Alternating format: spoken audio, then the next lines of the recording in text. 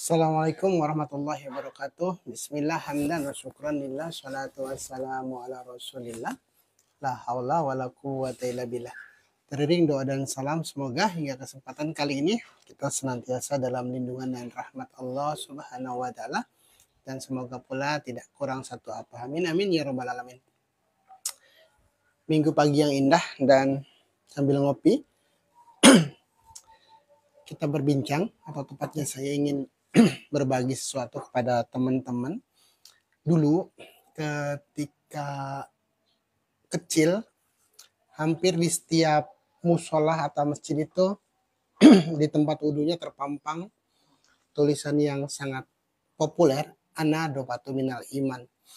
Kebersihan adalah sebagian dari iman. Tapi entah sejak kapan tulisan itu sekarang sudah langka dan hampir tidak ditemui lagi di musola maupun di masjid-masjid. Entah berkaitan atau tidak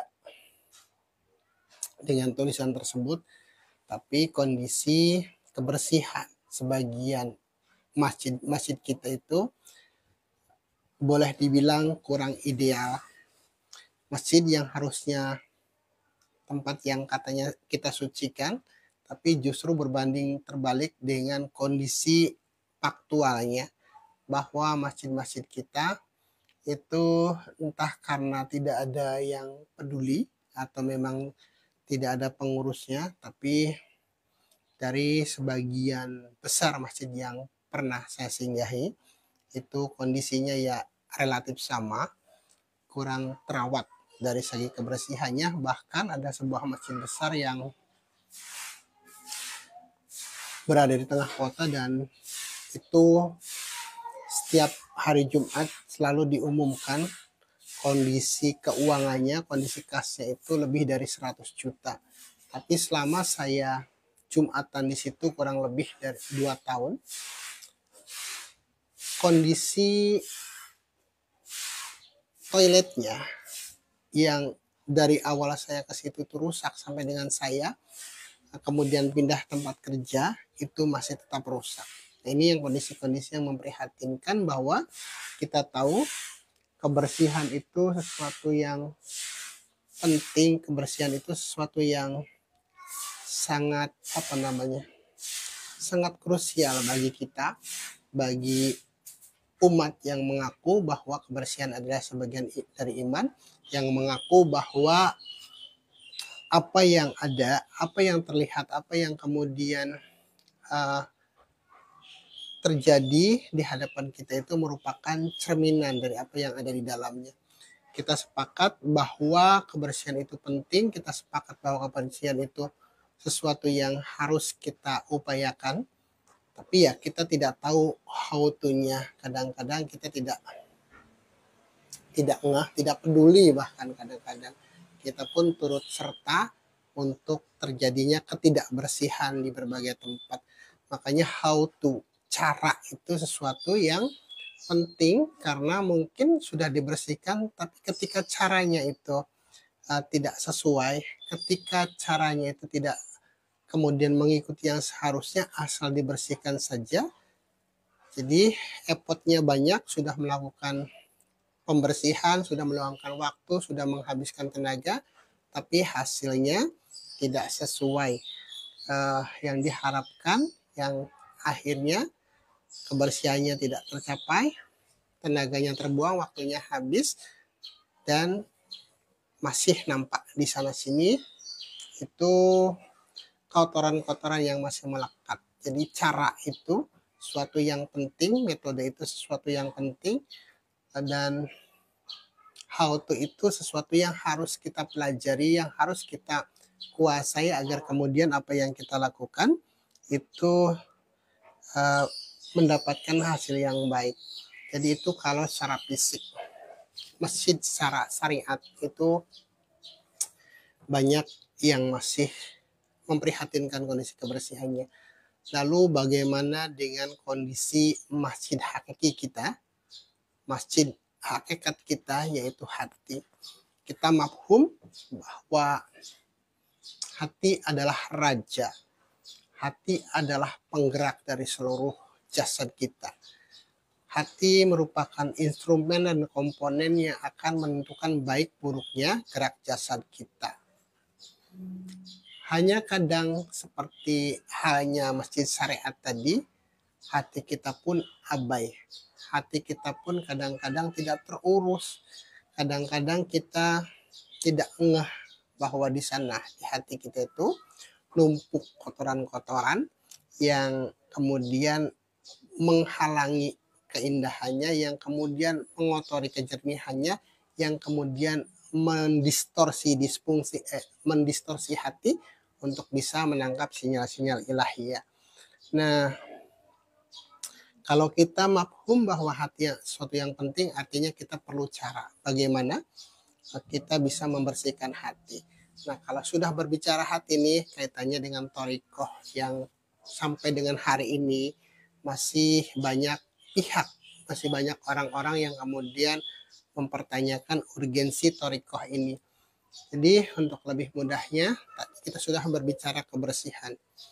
Kebersihan itu sebuah hasil, sebuah produk, suatu akibat dari apa yang kita lakukan.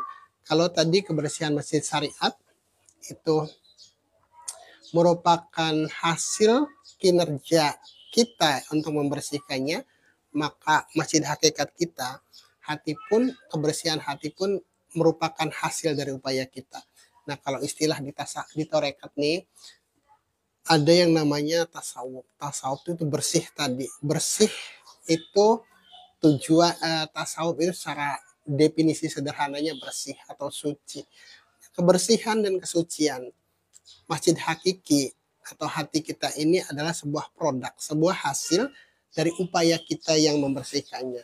Jadi tasawuf itu bukan sesuatu yang aneh-aneh lah. Nggak perlu kita kemudian terjebak pada definisi tasawuf itu apa sih. Yang secara sederhana tasawuf itulah sudah bersih. Jadi bersih itu sebagai hasil, sebagai produk, sebagai akibat dari upaya-upaya yang dilakukan untuk membersihkan tersebut. Nah, bersih tidaknya, baik tidaknya, optimal tidaknya kebersihan tadi tergantung bagaimana caranya, bagaimana metodenya, bagaimana kemudian SOP-nya, bagaimana how to-nya.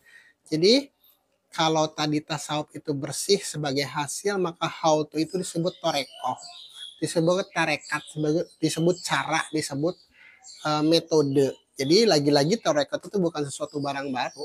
Thariqah itu bukan sesuatu yang agama baru, bukan kemudian ajaran baru, tidak. Ini satu paket bahwa kalau kita paham bahwa bersih itu, kebersihan hati itu sesuatu yang mutlak kita perlukan, maka kita pun wajib tahu bagaimana caranya untuk membersihkan hati. Cara, metode, SOP atau how to itu adalah thariqah disebutnya. Dipaham ya? Kita tidak lagi harus kemudian berdebat kenapa sih berthariqah. Thariqah itu hanya orang-orang tertentu saja dan berat. Tidak. Semua orang perlu thariqah. Semua orang tuh perlu cara untuk melakukan sesuatu. Jangankan untuk membersihkan hati yang kita tidak tahu secara persis di dalamnya seperti apa. Untuk mencuci mobil saja kita harus tahu SOP-nya, harus tahu how to-nya, harus tahu tata caranya agar kemudian kita tidak hanya menghabiskan air, kemudian menghabiskan listrik, kemudian menghabiskan waktu untuk mencuci mobil, tapi hasilnya mobilnya tetap coreng-moreng, hasilnya tetap kotor. Karena itu tadi metodenya, caranya kita tidak tahu. Atau bahkan kadang-kadang ada pernah kejadian membersihkan mobil pakai gesper yang dari besi. Mobilnya iya bersih tapi baret semua karena kena gesper. Itu karena how to-nya tidak dilakukan. Apalagi hati. Jadi untuk mencapai kebersihan hati yang optimal, bukan sempurna, yang optimal itu diperlukan cara, diperlukan metode, diperlukan how to untuk membersihkan hati, yang itu disebut lagi-lagi thariqah. Dua sudah kita dapat, tasawuf itu sebagai tujuan akhir untuk kebersihan hati, dan caranya, how to-nya, metodenya disebut thariqah. Kemudian kalau kemudian di thariqah itu kita kenal yang namanya sanad. Ada seorang mursyid itu biasanya dipertanyakan sanadnya dari mana, silsilahnya dari mana.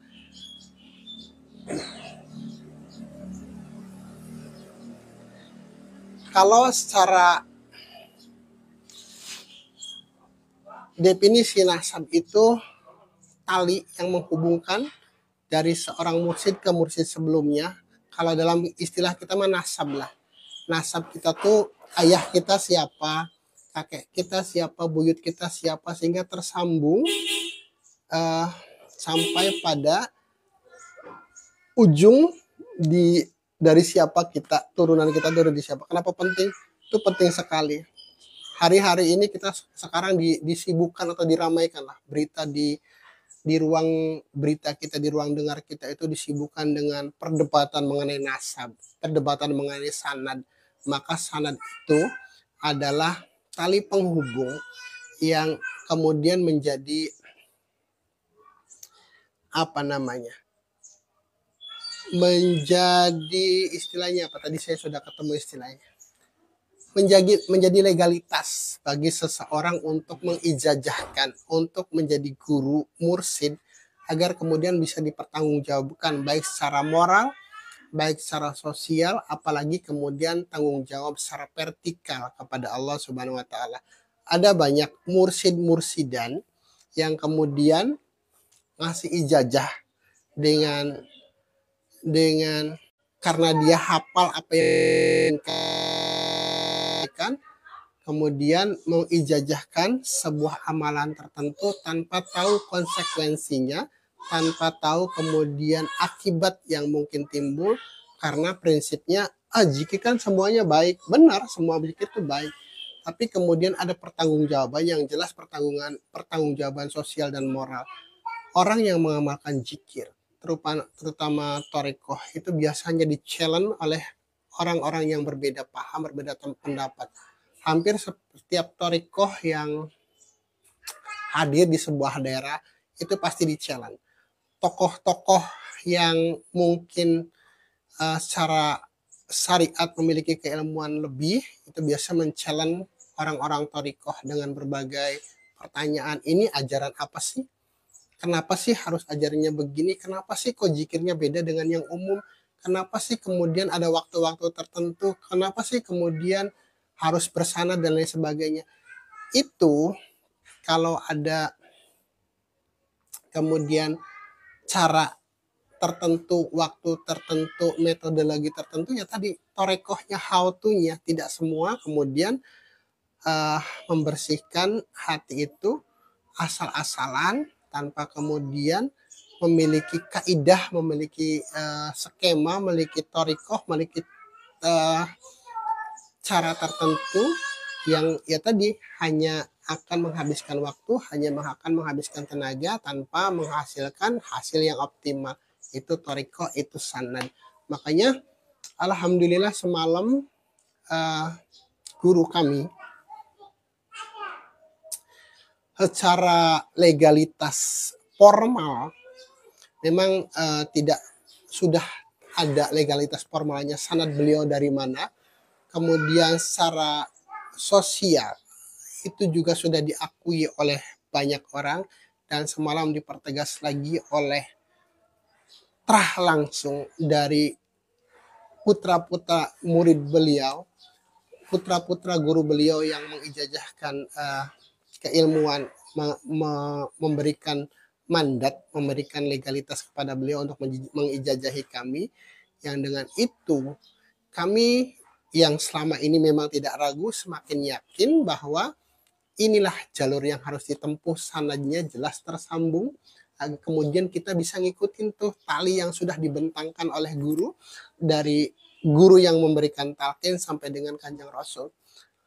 Itu yang bisa kita titi, dan kalau kita tahu sanadnya, kita tidak ragu kemudian ketika harus berpegang pada tali-tali yang dibentangkan.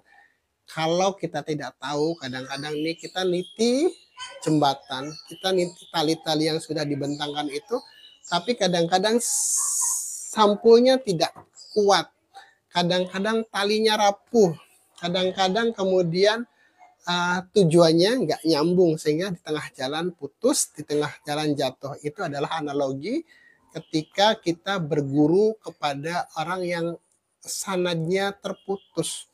kita tidak tahu apakah kemudian sanad ini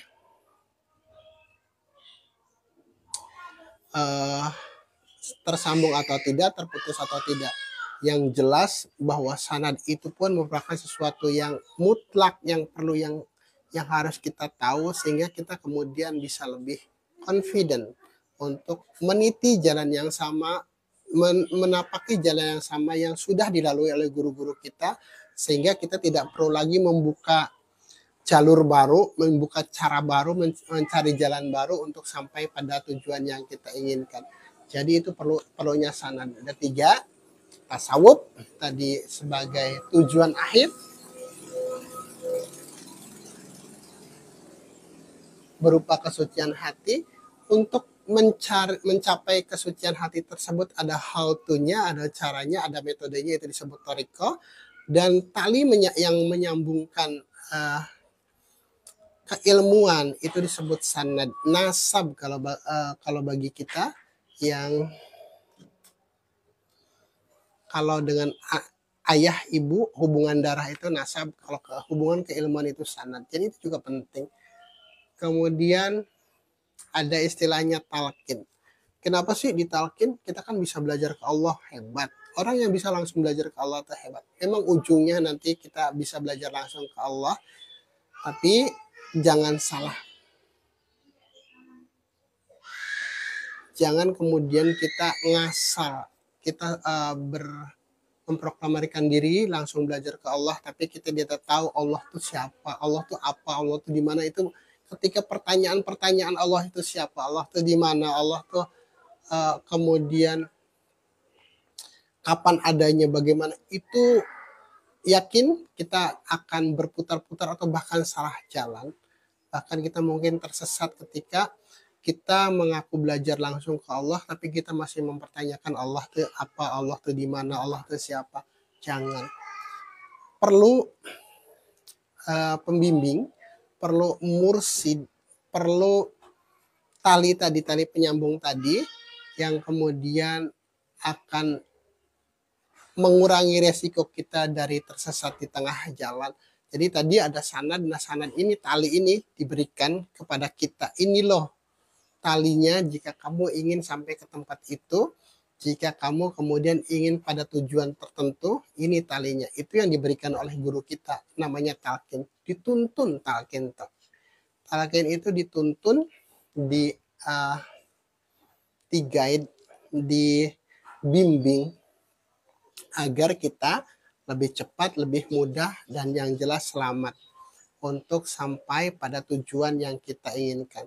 Kalau orang bule ke Bali saja nih perlu guide, perlu penunjuk jalan untuk tiba di Sanur tuh ke arah mana, untuk tiba di Kute itu kemana, untuk ke sini tuh lewat jalan mana. Nah, kita yang belum tahu jalur ke Allah dalam tanda kutip itu sudah sok-sokan katanya bisa belajar ke Allah langsung. Itu bukan tidak boleh. Kalau memang kita sudah pada makom itu ya silakan. Bahkan mungkin ujungnya kita semua akan sampai ke sana. Tapi untuk tiba ke sana kita perlu ilmu, perlu pendamping, perlu pembimbing agar kemudian kita tidak menghabiskan waktu cuma-cuma. Itu yang pertama. Yang kedua adalah kehati-hatian kita agar kita tidak tersesat di tengah jalan. Nah, itu namanya talqin. Talqin itu diarahkan, dibimbing, yeuh jang kieu ngamalkan zikirnya. Nah, begini loh cara ngamalkan zikir. Caranya begini, adabnya begini, kemudian bacaannya ini, dan silakan dilakukan. Itu talqin. Jadi lagi, talqin juga merupakan identitas dan legalitas bagi kita. Kalau kita ngamalkan zikir ditanya dari mana zikirnya, itu bacaannya dari mana. Biasanya kita di debat tuh, ada nggak dalilnya? Ada nggak hadisnya? Nah, dengan talqin, dengan sanad itu sudah otomatis menjadi sanad, menjadi dalil bagi kita untuk kita mengamalkan zikir. Guru-guru kita itu bukan orang sembarangan, bukan yang kemudian ngambil zikir itu di tengah jalan, tidak. Semuanya tersambung. Siapa itu Kiai Abdullah Qasim, siapa itu Mama Jen siapa itu kayak Setol Halain itu bukan orang sembarangan, bukan orang yang kemudian asal-asalan ngasih talkin ke kita. Beliau justru memiliki tanggung jawab yang lebih besar, yang jauh lebih besar daripada kita, karena apa yang beliau talkinkan, apa yang beliau ajarkan itu akan dimintakan pertanggungjawabannya ya tadi di dunia ini oleh masyarakat, oleh sosial atau secara moral, terlebih nanti di akhirat akan dimintakan pertanggungjawaban di hadapan Allah Rabbul Izzati, karena ketika yang ditalkinkan itu salah, ketika yang ditalkinkan itu asal-asalan, ketika yang ditalkinkan itu tidak punya legalitas, kemudian ketika yang ditalkinkan itu terputus sanadnya dan entah ngambil dari mana, ya dengan sangat mudah pertanyaan kalau bahasa kitanya, kamu berani-berani banget ngajak orang untuk belajar ini tanpa ada legalitas, tanpa ada kemudian jaminan bahwa ini benar tidaknya. Itu di saya ulang-ulang, ada tasawuf tadi, tujuan akhirnya untuk bersih, ada caranya, ada metodenya, itu how to-nya disebut toreko, ada tali penyambungnya disebut sanad, dan tadi ada talkin. Talkin itu buhul yang kita pegang nih, yang kita jadikan anak tangga yang diberikan oleh guru kita untuk kita titi, untuk kita lewati, untuk kita tapaki, untuk bersama-sama guru-guru kita sampai pada tujuan yang kita tuju, sampai pada tujuan yang kita maksud. Tuh. Kemudian ada zikir. Zikir itu apa sih? Zikir itu apa ya? Kalau saya berbicara gula,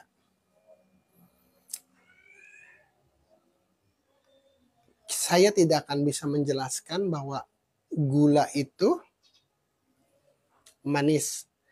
Nanti akan ditanya manis itu seperti apa. Tidak ada seorang profesor pun, tidak akan ada orang yang sejenius apapun untuk menjelaskan manis seperti apa. Nah, zikir itu ibarat gula. Zikir itu ya gula. Mungkin kita tahu bentuk gula itu ada yang merah, ada yang putih, ada yang kristal, ada yang bubuk. Nah, zikir itu sama. Ada yang pakai lafaz la ilaha illallah, ada yang pakai subhanallah, ada yang pakai istighfar, lain sebagainya, itu zikir. Nah, tenang itu seperti manisnya. Tenang itu seperti manisnya gula. Saya tidak bisa menjelaskan rasa gula itu seperti apa, tapi saya bisa membawa, ini loh gula itu seperti ini. Seperti ini, itu saja.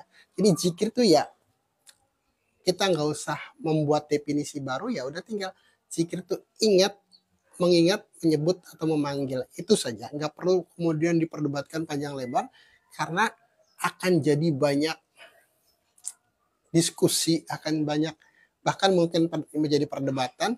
Ya zikir itu udah yang sudah kita pahami saja lah. Menyebut, mengingat, dan memanggil. Itu zikir.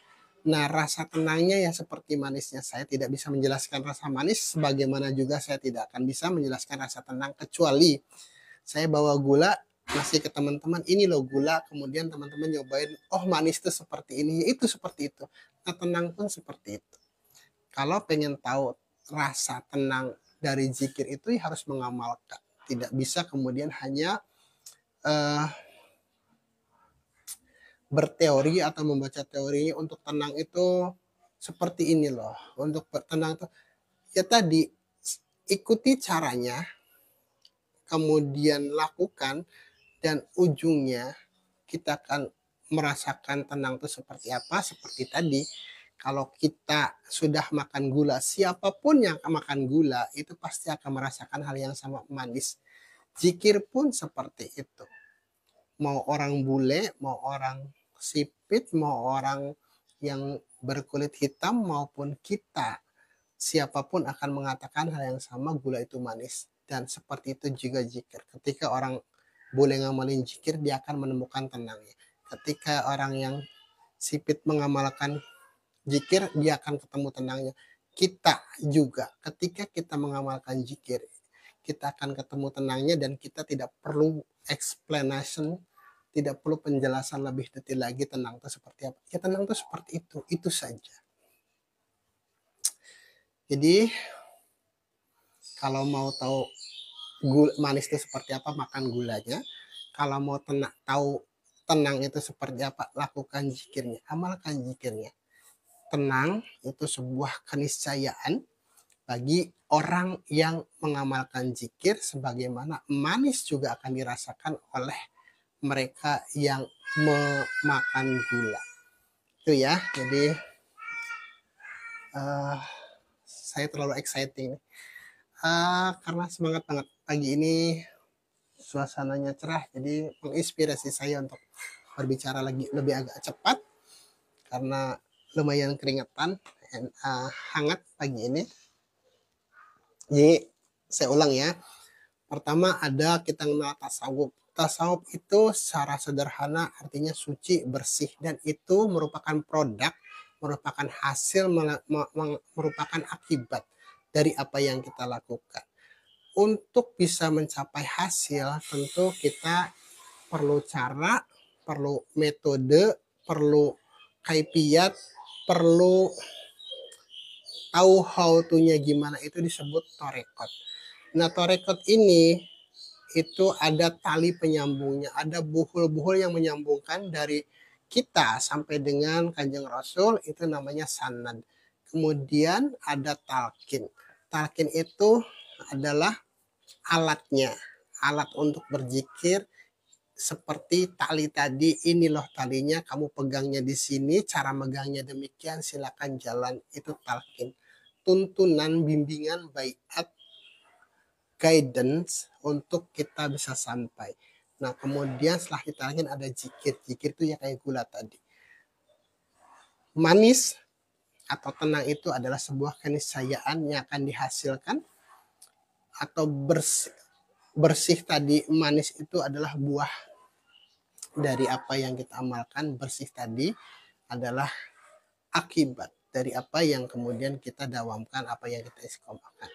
Jadi itu semoga tidak lagi kita terjebak untuk sekedar berargumen, berdebat tentang zikir itu apa, tasawuf itu apa, talqin itu apa.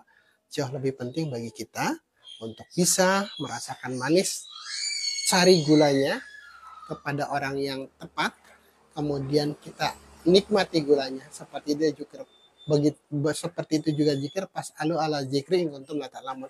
Tanya ke orang para pengamal zikir dan kemudian kita amalkan zikirnya, tenang itu hanya akan menjadi sebuah keniscayaan. Billahi taufiq wal hidayah. Assalamualaikum warahmatullahi wabarakatuh.